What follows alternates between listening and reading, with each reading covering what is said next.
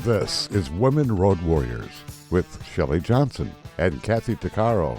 If you drive long haul, short haul, or heavy haul, they're here to empower and inspire women in the trades on tncradio.live. So gear down, sit back, and enjoy. Welcome to Women Road Warriors with Shelley Johnson and Kathy Tuccaro. We're a show that works to inspire and empower women in trucking, in the trades, and everywhere. We tackle all kinds of topics, and we work to encourage women to be their very best with informative guests and women who've been champions for women. I'm Shelley, and I'm Kathy. We often cover topics and feature guests who are advocates for women. Laura Peters is one of these people. She's a champion in her own right. She's president of International Software Systems. She's also a member of Zonta International, an organization that fights for women's rights and the fair treatment of women across the world. Zonta empowers women through advocacy and service. They're a force to be reckoned with in stopping human trafficking and other terrible things. Laura Peters does other things besides Zonta. She volunteers by empowering women. She donates time to teach veterans yoga and meditation. She works with domestic violence survivors, teaching meditation and emphasizing that they have control over their body. Laura also makes presentations to girls to encourage them to get involved in STEM programs. Welcome, Laura. Oh, my goodness. You're a force to be reckoned with. Thank you so much for being on the show with us. Thank you for the invitation. I'm happy to be here. I was wondering if we could start with you telling us a bit about yourself as well as Zonta International. Absolutely. As you started to share some of my background, I can share with you some of the things I'm involved with locally. My Zonta work, I've been a Zontian for about 24 years, and I'm considered a newbie, actually, because we have members that have been in Zonta for 50, 60 years. So very, very special organization. But I've always been a volunteer. I was raised that way with my family. I grew up in Tucson, and my parents were always active in the community, and they imparted that to all of us, all five of us. And so I take my volunteerism quite seriously and are always looking for ways to volunteer. And if I'm not able to, try to find, if they're looking for people, again, connecting people to whatever project or what's happening in the community. So Zonta just kind of amplifies that for me. Aside from being a Zontian, I am very active in the community. I am on the STEM consortium with the Girl Scouts here in Orange County. And it all has to do with trying to bring programs to the Girl Scouts to study, to get their badges, but also awareness in the community about how important STEM is. So many of us who are in technology are part of this consortium. So it's great fun. And I was a Girl Scout when I started as a brownie, moved my way up to Girl Scouts, have very fond memories of that. And it's so much fun. And they have such cute outfits now, not like what we had. And they have these wonderful vests where you could put all your badges. We only had our sash, which I still have. I have my Girl Scout pins. My mother saved all of that for me and passed that along to me when she passed away. And so I'm involved with Girl Scouts. I'm also on the board of directors for yoga, Veterans Yoga Project. And our mission is to bring yoga and meditation to our veterans. And one of the very special things about Veterans Yoga Project is that we work off of data, quantitative data. And it's all about watching their pain levels before they practice and after they practice. And all of this goes into databases so we know that it's working. We know that veterans are in pain. And our mission is to help veterans manage their pain through yoga and meditation. And what attracted me to their organization is I took some certification for mindful resilience, and I learned that they use quantitative data. It is not just kind of, if the wind is blowing this way, we think their pain is coming down, or they're able to sleep better, move around better, all of those types of things. So we collect that data and how they're feeling before they practice and after practice. And our executive director is a psychiatrist, a PhD, Daniel Libby, and his passion for it. Our organization is just wonderful, and we do such great work all over the United States. We do have some reach over in Europe a little bit, but right now we're really centered on the United States. I'm also a board member and president of Hands Together in Santa Ana, California, and it's a preschool, and it helps children that are economically challenged prepare for kindergarten. And so they have obviously they're certified, they have a wonderful program, dedicated teachers, and they also have another program called Morning Garden, and those children have some schooling in the Morning Garden program as well. I teach the moms and yoga and meditation in Spanish. I'm trilingual, but I use my Spanish in teaching them.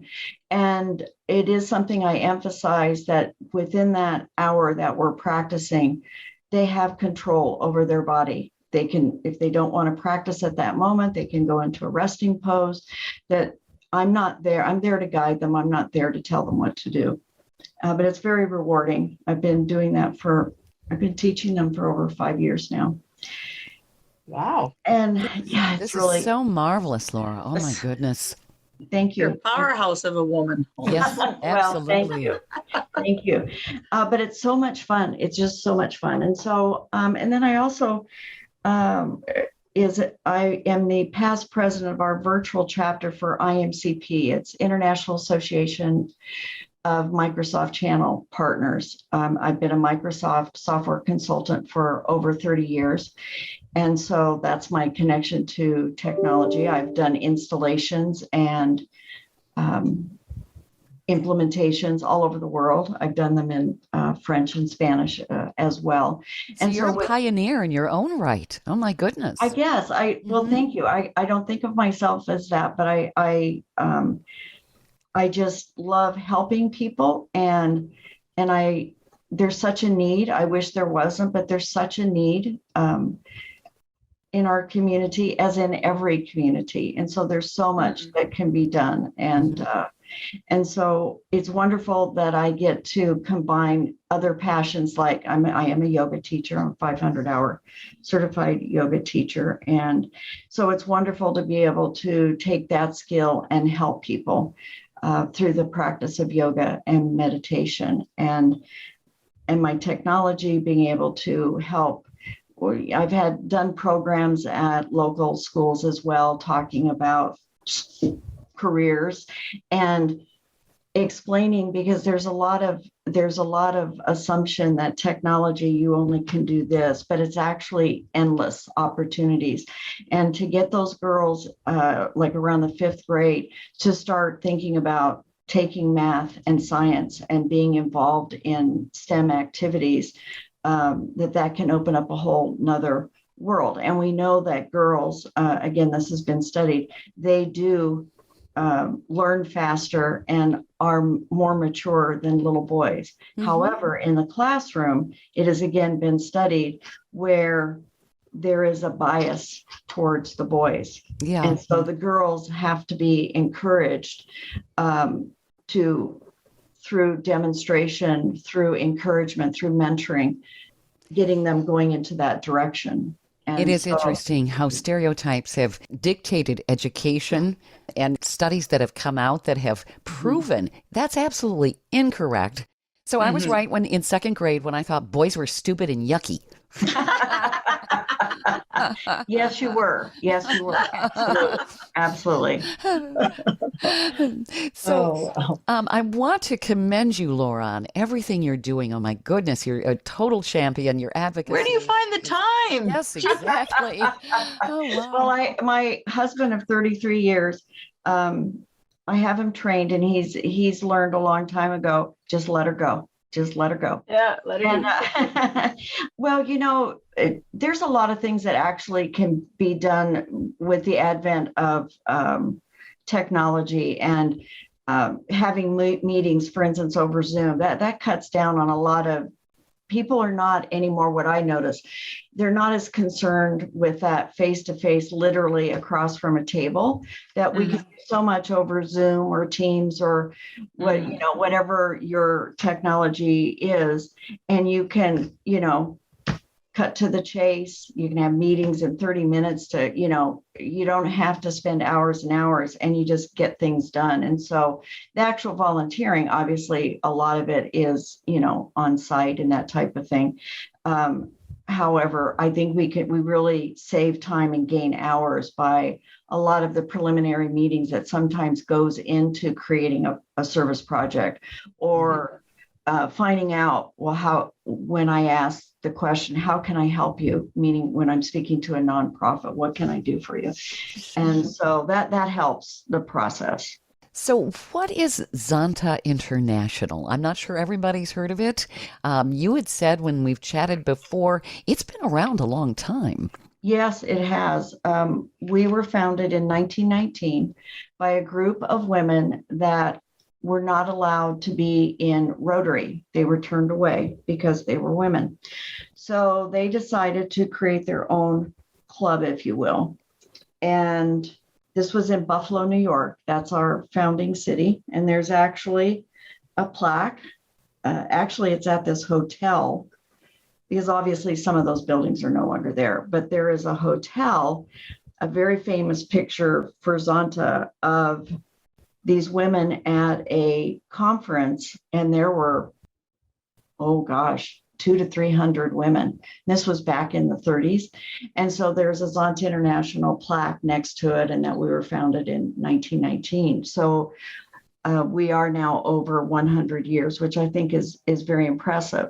However, you're correct. A lot of people have not heard of us. And usually it's always, well, what is Zonta International? Zonta, the name Zonta, it is a Sioux Indian name, and it means trustworthy and friendship. And that we take that, and that is part of our mantra on how we carry out our service in a trustworthy manner.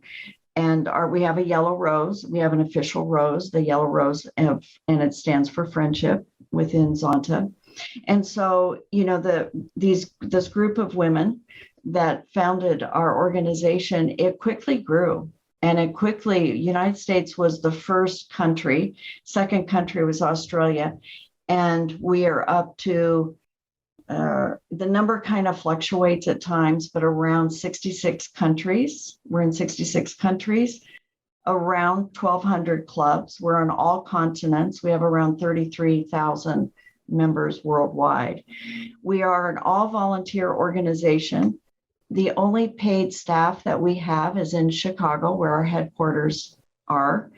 And we have a very small staff, actually, in terms of running such a large organization. And I always have to give a shout out to the staff. They are absolutely tireless. They believe in what we do. Many of them have been with the office in Chicago for many, many years. And what keeps them engaged is our mission to empower women through service and advocacy. And they love what we do. And we could not do what we all do out in the field, so to speak, without their help. So I adore all of them. And as a leader in Zonta, I've held every single position starting. We have the club level, we have a district level, which on that level, it's more of it's a liaison between the clubs and the international. And then I've been on the international board in Chicago, and other international chairs that I have chaired. So that's terrific. And I'd like to get into some of the things that Zonta does. What are the obstacles? I know that human trafficking is something this organization works tirelessly to stop. What is happening to women worldwide that people are not aware of? I want to do an eye-opener here, because Kathy and I are just always trying to create awareness, and this is going Mhm. on. We need to help women here. Yes, we are in the 21st century, but you wouldn't know it based on some of the stuff that's going on. It's just Oh my unbelievable. God. No, right? You're absolutely right. We have many areas that we tackle, and we always say we're not doing fluff projects. We're not doing fluff pieces. We're tackling human trafficking, Hmm. violence against women, health issues, STEM, education, Hmm. encouraging young women. And we have scholarships on a high school level, university level. And then we also have Amelia Earhart fellowships. Amelia Earhart was one of our founding members. Oh, I didn't And know. That's she, interesting. Wow. yes. And you think just with that connection, people would know who we are, but they don't. Hmm. So Amelia Earhart, after she disappeared, they created a fellowship in her name. And so this fellowship is for PhD candidates. And these women many of them work at NASA, JPL here. It's a lab, but it's up in the Pasadena area. So the Amelia Earhart connection is very important because, again, it emphasizes obviously the STEM, and many of us in our clubs we've had lots of Amelia Earhart recipients just here in our local area through the UCI system, the University of California system. So quite impressive. So those are kind of a high level overview, and I'm going to kind of drill down on some of those. Sure. And we also have a long relationship with the United Nations. And the significance of that relationship since 1972 is that we are one of several, not all NGOs, not all women NGOs. They come to us if there's decisions being made, discussions, and some of our leaderships, they've spoken at the United Nations, but they come to us, to our president, to ask what our position is, et cetera. So we have a lot of white papers that are written and published on our website. And so I want to kind of circle back to human trafficking. Yeah, that's a terrible scourge, and it's more prevalent than people really realize. We've covered that topic more than once. It's unbelievable it's happening in the 21st century. Exactly. And the pandemic didn't stop them. If you have to change one's thinking on why this happens. It's a business. Mm-hmm. And so the pimps, the women and girls, and there are men that are trafficked too. I want to make note of that there's a lot of the work that you've seen, like in Dubai and some of those where they're building all of this, there's men and women that have been terribly trafficked in that particular area. But it's their inventory to these pimps. And so in any kind of business, if you have inventory, you've got to keep your inventory turning a specific number of times. And so that's how they look at it. And if they are not working and making money, then they're not worth anything. Most traffickers are branded. If you see a brand of like a barcode on their neck or on their face, that is a tell that they're being trafficked. Wow. Truck stops are one of the most prevalent areas where women and girls are trafficked. Yep. And a lot of that is in many of the truck stops, you have these lot of activity, but you have dark areas where they can very easily sneak them in, get them into the trucks, and then they go out. And so I know that the truckers have done such great work in educating the public. I know that they have a survivor of trafficking that has really helped them develop their programs. It's wonderful. Mm-hmm. Truckers Against Trafficking is yes, TOT. Yep. Yes, TOT. Truckers Against Trafficking. Love it.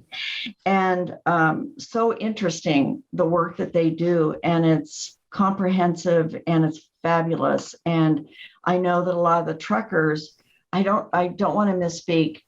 I want to say that they're required to take some of these courses to drive so they can know the signs of someone being trafficked. And so it's very frightening because you've got, and many times, they give them drugs and make them into addicts and all of that to control them, that they have no one. And they're very good at finding, just like finding girls and women to go into prostitution where they need, and they trick them into thinking that they love them and all of that kind of thing. And then boom, they're out there.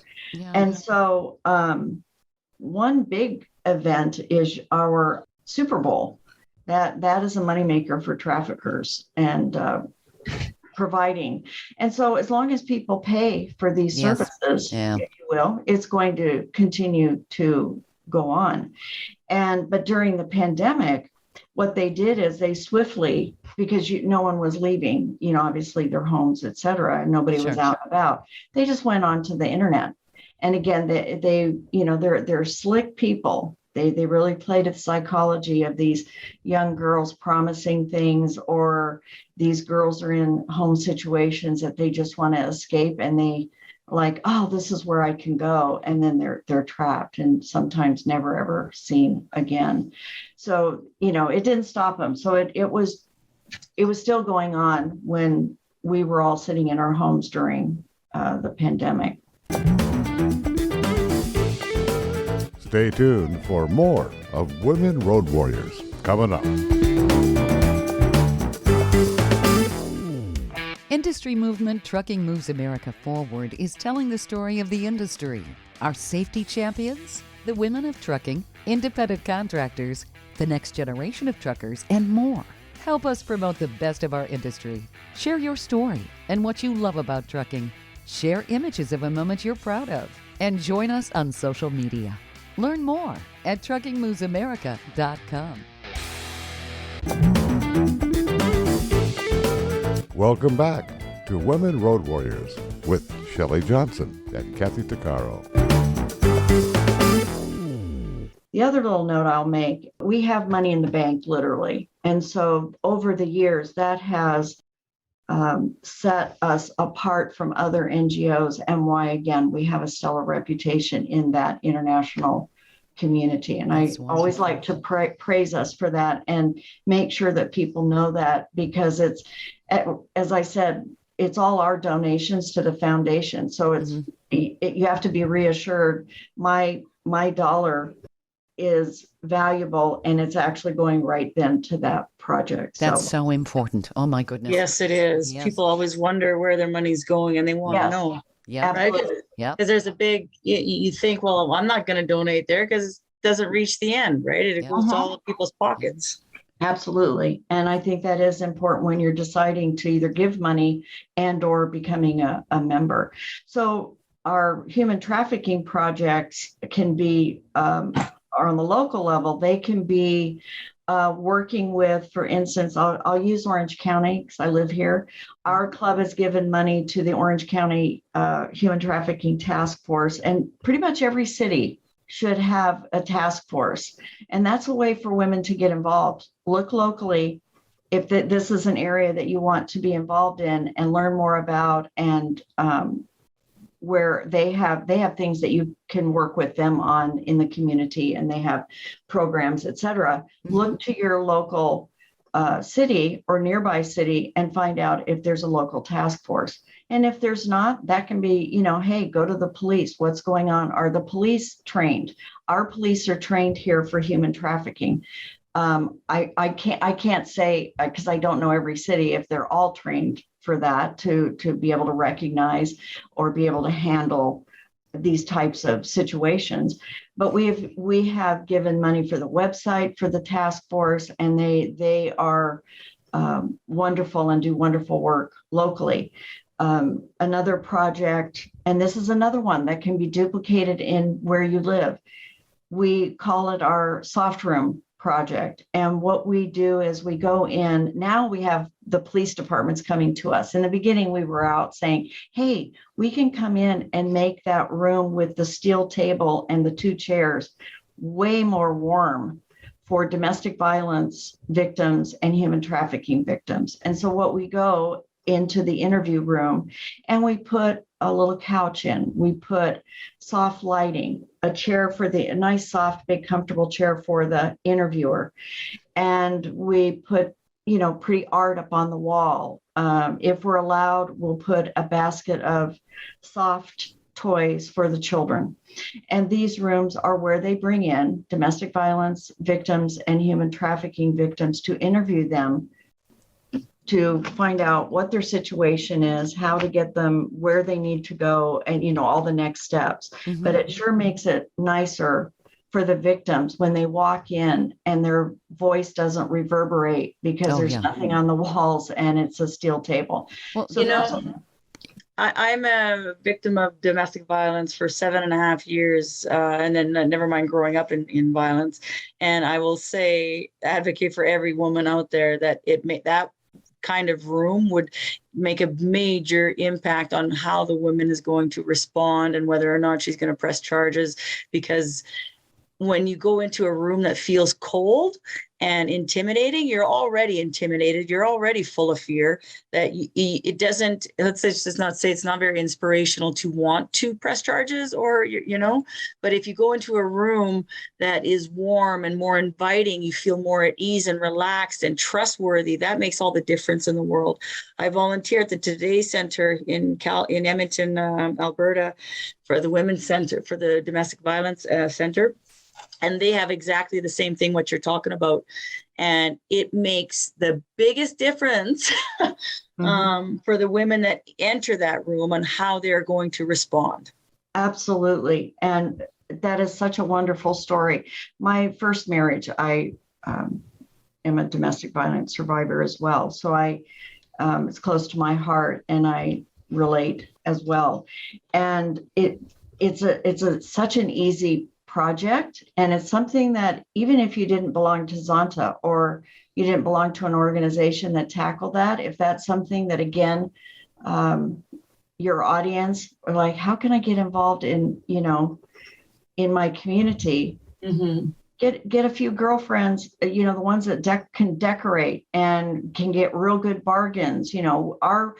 Our budget generally is around the $2,000, but rarely do we spend all of that. A lot of times we can do it for $1,500. It's a very inexpensive project, but gather up some friends, or if you do belong in a service club, go start talking to your local police departments. What would you say if we came in and of course they're donating it to the police department and fixing this up, because we again have been given quantitative data back from several of the police departments on what you were speaking to, Kathy, about the result of interviewing them now in a soft room, mm-hmm. and the information, and that they've been able to put pimps behind bars because of them being able to speak openly and not in fear. They're already traumatized, as you were saying. And so anything to help that, and because it's a crime at the end of the day. And if you're able to capture those criminals with credible information. So again, that might be something as your audience is listening to this, of how can I get involved in human trafficking? Would you say that things have changed in terms of how women who have been trafficked are treated? Because I know that decades ago, they were viewed as less than, and as the criminal versus being the victim. Has there been progress in that area?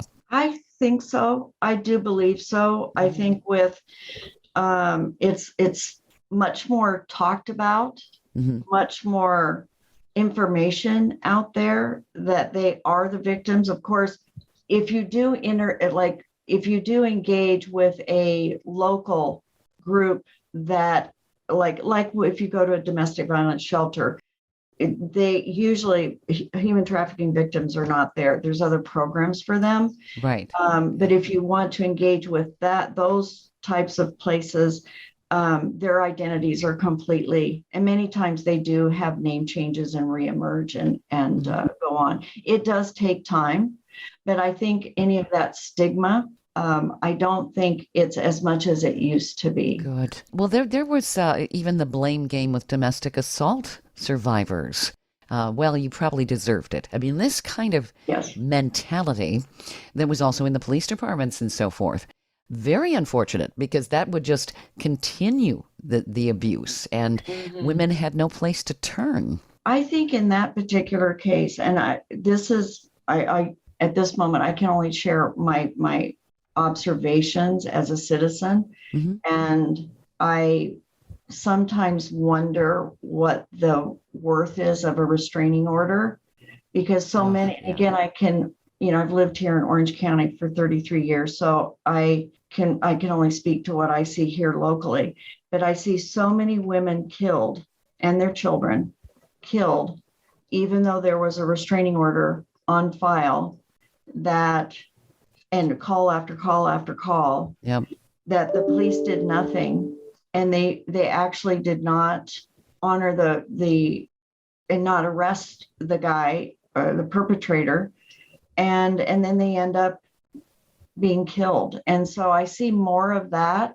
which is a shame, and I'm not sure what the solution is. Is it, it's great, you can go get an emergency, restraining order, but at the end of the day, in many of these cases, these women are stalked and followed and all of that, and it results in their death. Sometimes you have murder and then suicide of the perpetrator. So that is an area that troubles me. Yes, I agree. And it's on the victim to have to go through all of these steps to get the restraining order, and then they'll hear, well, unless he or she does something, we can't do anything. That's right. And you're right, Laura. This just continues. Well, and then it to kind of go to the next, Say No to Violence. We have a fabulous campaign that we've had for several years, very successful. And what's great about Zonta International is the collateral for all of these projects that I'm sharing about, or areas that I'm sharing about, is clubs do not have to create posters. They don't have to create whatever type of campaign they're working on, because there's all different ways of getting awareness. Is that our organization has a whole section of posters and all types of posters and writing materials, postcards, letters to be able to write to lawmakers, that type of thing. So the issue of human trafficking is both a service and advocacy, because you're advocating for the victims, but also you can serve them by either interfacing with them through their shelters, or with there are survivors that come out and they have books, they give presentations, that type of thing, where people can really hear. When you hear another person who you may have had a shared experience, I don't know, it gives you courage. It gives you hope. Like, okay, if she can stand up there and tell about her horrific, brush with human trafficking or domestic violence, then perhaps the person sitting in the audience, in their heart, can say, hey, I know now where to go, or I have hope of what I can do to get out of this situation. And so there's all different ways of obviously communicating that. So then with our Say No to Violence, which primarily deals with domestic violence, again, there's all sorts of types of way of interfacing with the public. Have a panel discussion, and a club can do that, or they can have. We've had events where it was open to the public to be able to come and hear. And I always encourage anyone that's going to have those types of events, you've got to have the men there.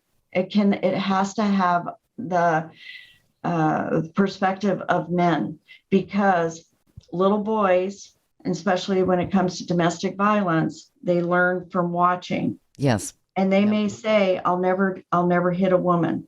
Well, that doesn't always happen. And so I think it's very important to have a balanced discussion and have that perspective. So everyone, it isn't just, we're not here to just bash men.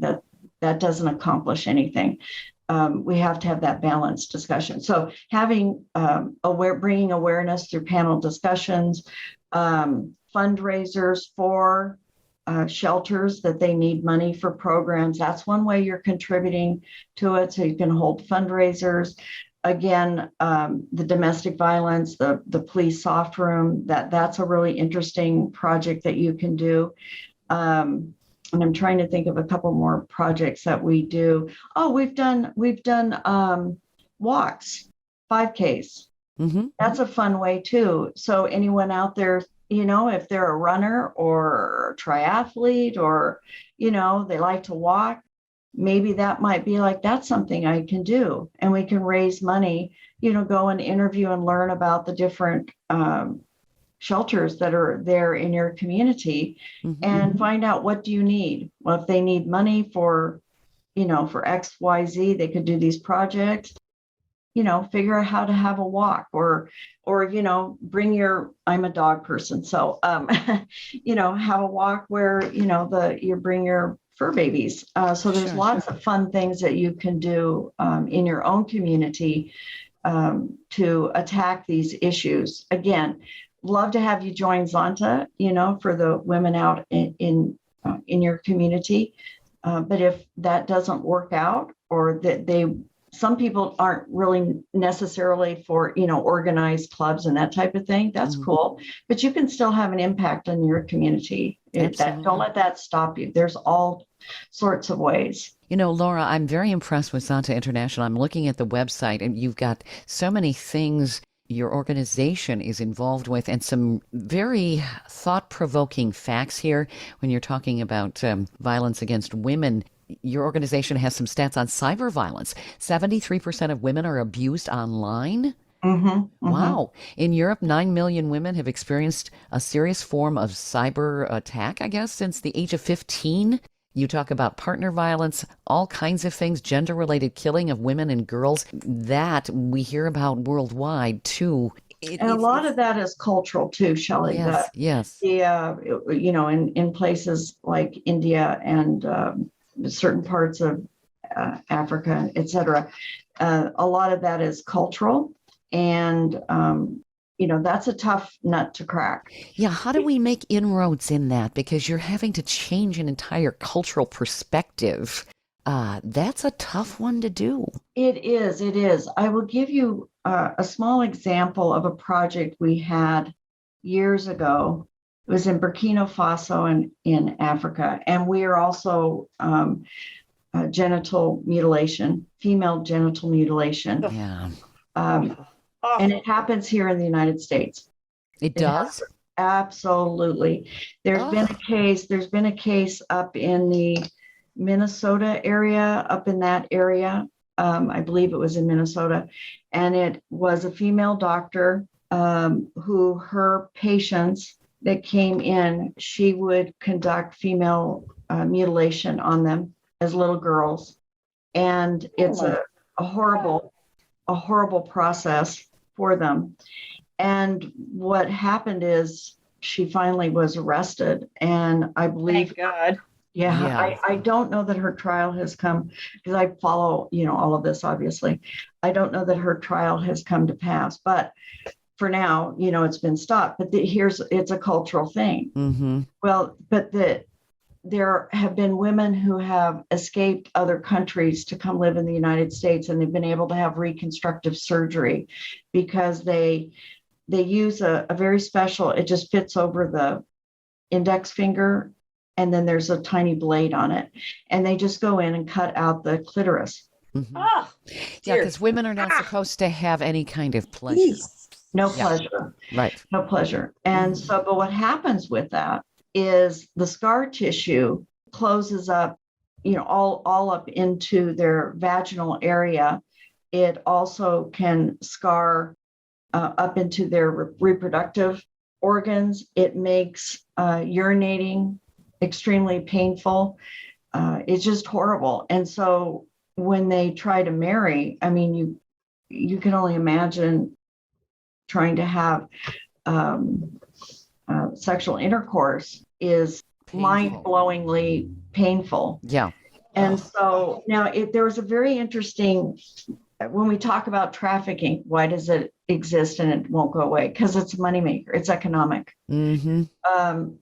This female mutilation is an economic enterprise in places, for instance, in Africa. And there was a very interesting documentary I saw several years ago, and they had a couple of actresses, I don't remember the gals, that were ambassadors to the particular NGO that they were attached to. And they were interviewing and usually it's a woman, an elder, if you will, in the tribe or village. And they asked these women, why do you still do this? Why do you keep doing this? Because we make money. If you have something else we can make money at, then we'll do that. And so a very stark example of why this goes on, but it's also cultural. Yes. And I come back to our Burkina Faso project of many years ago, and we did have some success there. What they did is the project, Zontians, I want to be clear that Zontians, we do not go and participate in our international projects like on the ground. They've opened it up a little bit where sometimes they will allow groups of Zontians to come and visit the projects, but it's not like us locally here doing our service, hands-on service, because these are all, we have contracts and so with other NGOs to carry out the, UNIFEM and all of those types of related organizations run those projects for us. So on the ground, they had, because in particular, it's cultural, they use the women and men locally to try to go out and educate them on the female mutilation. So at one point, we were told that they brought the tribe leader, the man, who says this has to be done. And so they brought him and he witnessed them mutilating some little girls. And they said he was just shocked that was it. Like, he had no idea what they actually did to the little girls. He just, as the tribesman, just said, you have to do it. And so it's a baby step, but it goes to show you, it's like they don't even know what they're telling people to do, Right. And Yeah. girls are being disfigured for the rest of their life. It's terrible. Stay tuned for more of Women Road Warriors coming up.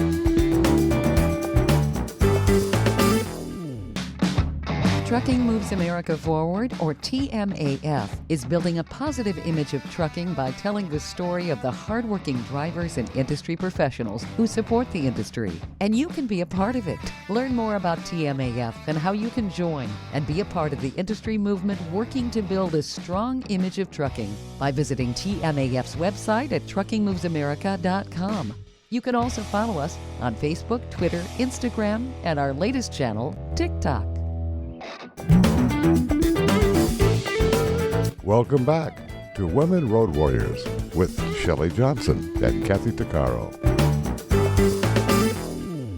So we have a few minutes here. I want people to get involved with Zonta International. It's worldwide. There's so many things that people can get involved with to empower women and girls because the injustices out there, I don't think a lot of people realize. They don't think this sort of thing goes on, but it does.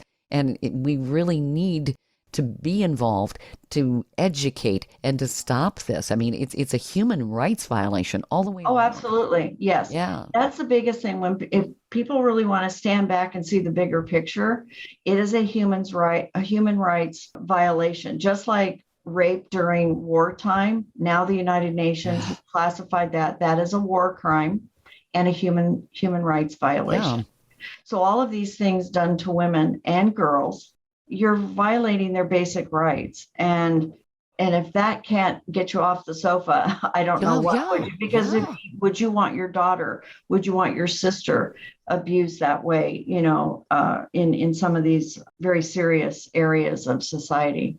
They're passing a law here because I work with this young girl, a coworker's daughter who was raped last year by another coworker's brother. Anyway, I was just with her for the weekend, and her dad was just telling me that they're passing a law that when someone rapes or there's domestic violence involved and they're under the influence, it will not hold up in court. They will not. It's considered it's not their fault for doing whatever they do under the influence. So therefore, the victim who's been raped or who's been beaten or whatever has absolute zero say in court. Isn't that horrible? That's terrible. That is terrible. That's this young Canada. girl that goodness. This young girl I spent the weekend with, hiking a mountain. We were talking. Yeah, she's absolute, because her guy's going to court here, and he's going to be using that law because it's been passed to say because he was drunk and he raped her and she was 16 that it doesn't count. Okay, so drunk drivers, can they use the same argument? I mean, good grief. That's just unreal. I know. And so the dad actually went to the police station and said, "Is this for real?" And they said yes. And so, she's at a loss. She was suicidal, and she says, "Well, what's the point of even going to court?" And so here, I had to kind of chat her out of that. But yeah, it's pretty intense. Thank you for sharing that, Kathy. Oh my goodness. It's very difficult for the victim to even want to fight because they're like, well, what's the point, right? Yeah. They go through all that trauma. And Kathy, I'm so glad that you brought that up, legislation, because that's another way of, now Zonta International, we are nonpartisan. So if we have, for instance, if your club wants to bring in leaders in the community, they may be running for something, we must have both sides, both parties, or all three parties or four parties. So we're nonpartisan. So politics, we don't get involved in. Legislation, we can get involved. In our club, we have gone to the state capitol. We have gone to Washington and visited all of our, your representatives. Mm-hmm. And do not be afraid of this process. It's much easier than you think. And you have a voice. We all have a voice. Get out there and talk to your representatives. And a lot of those things too, Zonta's made it so easy for different, if you want to sign petitions or contact your representatives, you just answer your text. And in less than 30 seconds, you can very quickly, all the templates, you just go right through it and boom. Excellent. And then you get an email back saying, thank you, Laura, for, whatever. So, right. And so this it's is very so important with lawmakers. The way, but people don't realize this. If it's a bigger organization, it speaks louder. They pay attention. Whether, you can try to write a lawmaker individually, they aren't going to give you as much attention. This is so important what Zonta's doing, because that's how you make the changes. You make enough noise, somebody's going to listen. Exactly. Exactly. And this is so important. You folks are so active in so many things. I understand Zonta's also working to stop child marriage. That's a shocking practice. Some of the stats are absolutely scary. Well, there's states where you can be married without parental permission as early as 15, 16. And a lot of times these marriages do not work out. Again, a whole other thing. Yeah. Oh my goodness. Yeah. So child marriage is actually going on in the United States, in North America. I mean, that's unreal. Absolutely. And it's pretty disgusting. Wouldn't that be considered forced marriage in many cases? To a degree, yes. Yes. Yeah. And that's actually considered a form of slavery. Yes, it is. Because it's, we've had some very interesting speakers we have an interim conference on the odd year because our conventions are on the even years. And we had a couple gals, we were all blown away. One of the gals was part of the Hasidic Jew community in New York. Mm-hmm. And they have their own police, their own lawyers. They don't go to the outside world. and she was married at a young age. And on the first night, he beat her so badly she almost died. Oh, my goodness. Yes. What's the Well, youngest age that's allowed? I think it goes down to 14. Oh, my goodness. And in these communities, I know that in what are they? They're from Ireland. They go around and they're scammers.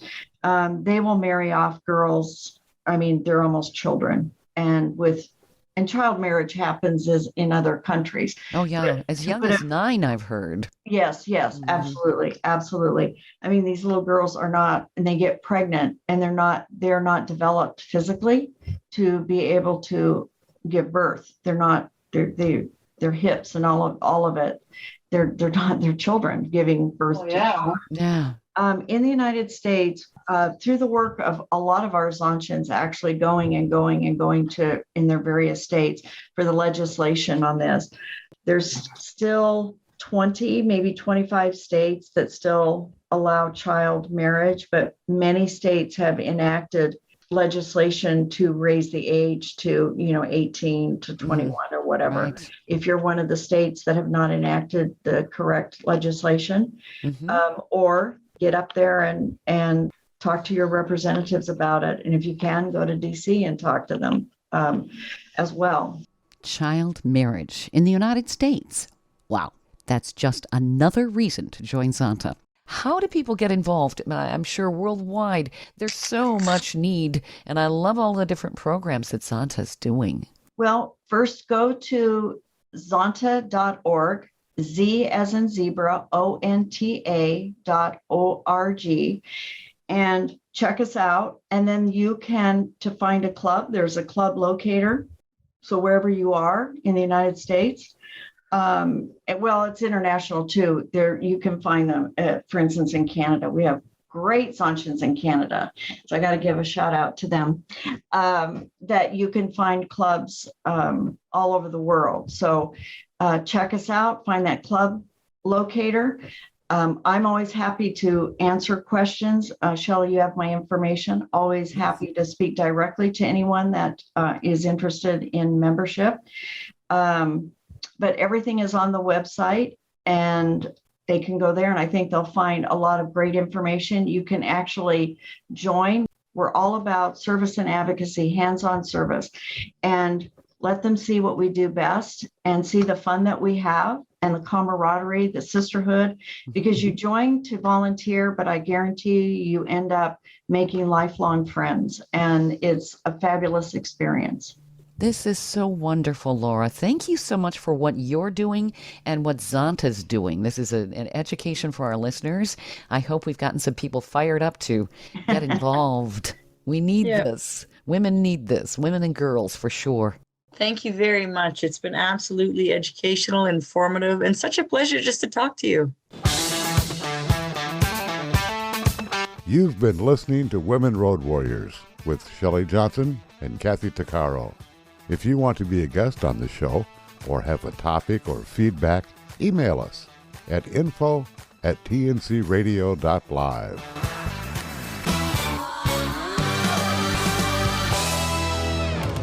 Thank you for listening to another great interview on tncradio.live. All of the material you hear on tncradio.live on our website, our broadcasts, or our podcasts are copyrighted. There can be no distribution without the express consent of tncradio.live and its partners. For inquiries, write us at info@tncradio.live.